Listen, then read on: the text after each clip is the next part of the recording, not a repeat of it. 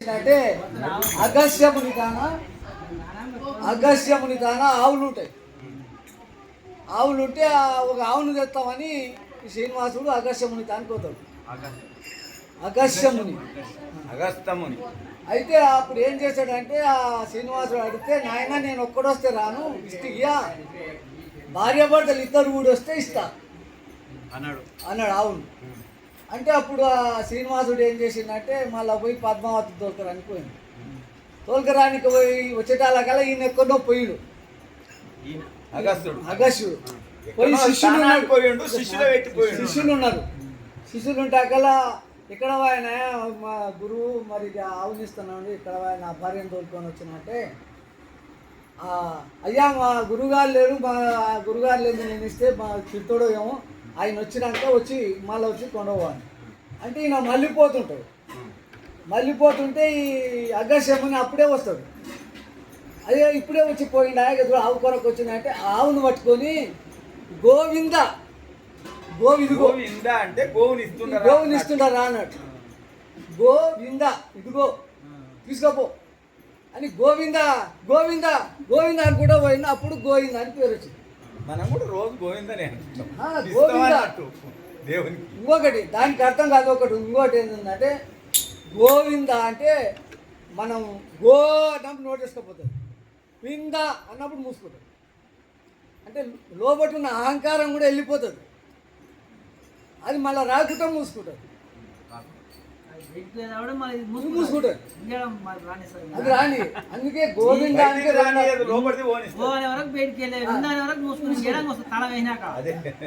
అది ఇప్పుడు మానవులకు అది వర్తిస్తుంది. ఆనాడేమో ఆయనకు అట్లా పేరు వచ్చింది గోవింద అని. మనకెట్టు వచ్చినట్టు మనకు మనం అదే గోవింద అని కూడా పోతుంది. అదే గోవింద మనం గోవింద అంటున్నాం. ఇంకొకటి గోవింద అని రెండు కలుపుతున్నాం. గోవు ఇంద గోవు ఇంద అంటే నువ్వు అడిగిన గోవును తీసుకో, గోవింద అని పట్టు అన్నట్టు అర్థం. ఇంద అంటే ఇక్కడ రా, ఇదిగో గోవుని తీసుకో అంటే ఆయన పోతానే వెనక పడుకో పోతాను.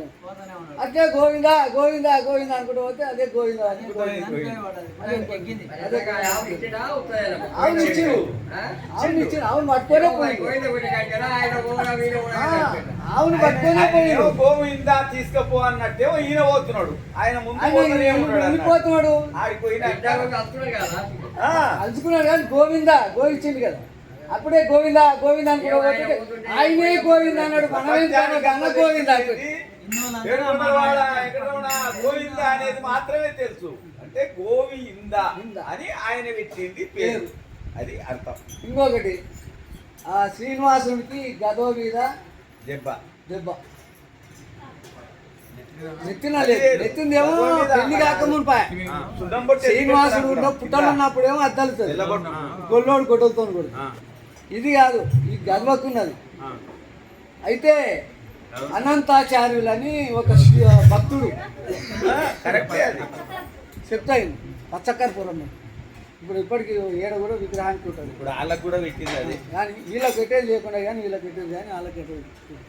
అయితే ఈ అనంతాచార్యులని మంచి భక్తుడు.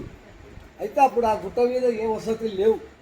ఇప్పుడు శ్రీనివాసుడు ఆడు ఉన్నప్పుడు లేకపోతే ఆయన ఏం చేసినంటే ఆయన భార్య ఆయన ఇద్దరు కలిసి అటు ఉన్న పొలం అంతా చెట్టు అంతా కొట్టి నిన్న చేసి మన్నం తెచ్చిపోసుకుంటా ఒక ఆశ్రమం లేక కడదామని వాళ్ళు చేస్తుంటే అప్పుడు ఏం చేశారంటే ఆయన భార్య నిండు గర్భవతి, నిండు శూలాలు వచ్చింది.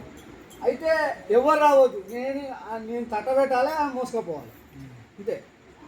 అయితే ఆ శ్రీనివాసుడు పిల్లగాడే వస్తుంది.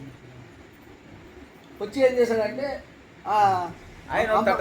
అమ్మ నేను మోస్తా, నువ్వు పక్కకి జరుగు అని అంటే గర్భవతి కాబట్టి ఆ మాట అంటే నువ్వెందుకు వస్తున్నావు కానీ మీ ఇద్దరే చేసుకుంటామని ఎల్లగొట్టాకల్లా ఈయన కానకుండా వెనకంగా వచ్చి దబ్బా తట్ట వేసి వస్తుంటాడు. పిల్లగాడికి ఉట్లాడుతుంటాడు. ఆమె నేను గర్భవతి అయి చిన్నగా పోయేది. ఏందని దబ్బా తట్ట వస్తుందని వెనక్కి మళ్ళీ చూస్తే ఈ పిల్లగాడు వద్దంటే నువ్వు అంటావన్నా గడపార తీసుకొని ఎడదాలి.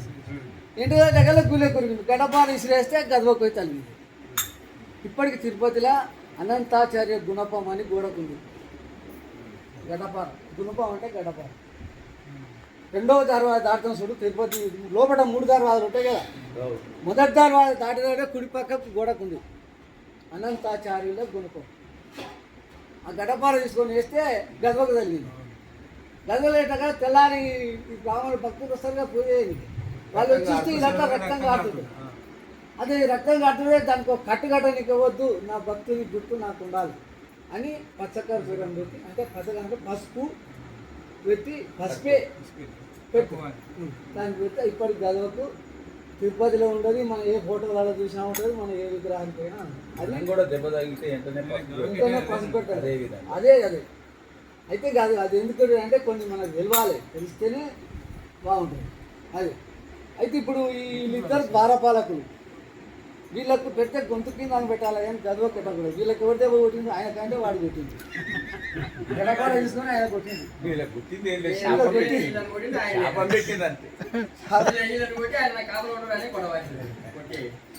వీళ్ళు కాపలేకపోయినప్పుడు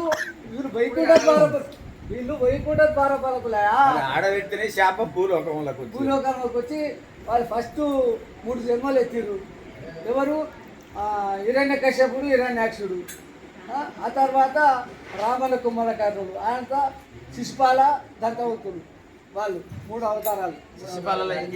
శిశుపాలుడు వల్ల వైకుంఠం మోనికి ఇప్పుడు ఏం చేసిందంటే ఇప్పుడు వీళ్ళు ఉంటారు కదా సప్త ఋషులు వైకుంఠం పోనీకి పోతే ద్వారం కాడ ద్వారపాలకులు ఉంటారు. ఇట్లే చెరవ పక్కన లోపలికి కొనియరు. లోపలికి కొనియకపోతే ఏం చేస్తారంటే అరే మమ్ముల మీరు కొనియరా లోపలికి అని వాళ్ళకి శాపం పెడతారు. మీరు భూలోకంలో నరులై పుడుతురు కాక అని శాపం. రాక్షసులై నరులై అంటే కదా అప్పుడు విష్ణుమూర్తి వచ్చి ఏమవుతాడంటే ఇట్లా శాపం పెట్టిందంటే సరే ఆయన శాపం పోదు కానీ నాకు మంచిగా 10 జన్మలు ఎత్తారా, నాకు విరోధులై 3 జన్మలు ఎత్తారా అని అంటే విరోధులు అంటే ఎప్పుడు విష్ణుకు విరోధులే, వీళ్ళంతా విష్ణు విరోధులే కదా. అయితే వాళ్ళు అయ్యా మేము 10 జన్మలు ఎత్తలేము, నీకు విరోధి అయ్యి 3 జన్మలు ఎత్తాం కానీ 10 జన్మలు నిన్ను అని అంటే అప్పుడు వాళ్ళకు ఇదే హిరణ్యాక్షుడు, హిరణ్యకశ్యపుడు, ఆ తర్వాత రావణ కుంభకర్ణుడు, ఆ తర్వాత జామవంతుడు, దంతభక్తుడు. జామవంతుడు అంటారు శిశుపాలుడు, దంతభక్తుడు. శిశుపాలుడే కృష్ణావతారంలో అభిమన్యుడు కాదు కాదు కాదు అభిమన్యుడు కాదు, వాడు వేరే ఉండడు. ఇట్లా శిశుపాలుడికి ఏమవుతుందంటే పుట్టుకతోనే 3వ కన్ను ఉంటుంది. అయితే వాడు ఎవడు ముట్టుకుంటాడో వాడికి ఆ కన్ను మాయమవుతుందో వాడి చేతనే వాడికి సాగు. అంటే ఆ చిన్నప్పుడు అందరినీ ముట్ట పెడితే ఎవరు అది కృష్ణుడికి మేనత్త కొడుకాడు, వసుదేవుని చెల్లెలు కొడుకు. అయితే మీరు పోయి ముట్టుకున్నారంటే కన్ను మాయమవుతుంది. కన్ను మాయమయ్యాక అప్పుడు అత్త నాయన నీ చేతిలో మావాడు తెస్తాడు దాన్ని చంపొద్దు నాయన అంటే అమ్మ నీ కొడుకును 100 తప్పుల వరకు కాపాడుతా, నేను 101 అయితే నేను ఉంచగా ఆ తర్వాత నీ ఇష్టం వాని ఇష్టం అని చెప్తే ఆడికి 100 తప్పులు ఇక్కడికి అక్కడికి లాస్ట్లో వీళ్ళు రాజసూయాగాన్ని చేస్తారు కదా పాండవులు, అందులో అన్ని తామాల వల్ల పోకలు దేవులాడతాడు తిట్టుకోటి తిట్టుగా 100 అయిపోతాయి. ఇంక అయిపోయింది పట్టరా తామాలను చూసుకోరని తామాలు విసిరేసి అదే చక్రం అయితే తలకాయ కొట్టుకోపోతుంది.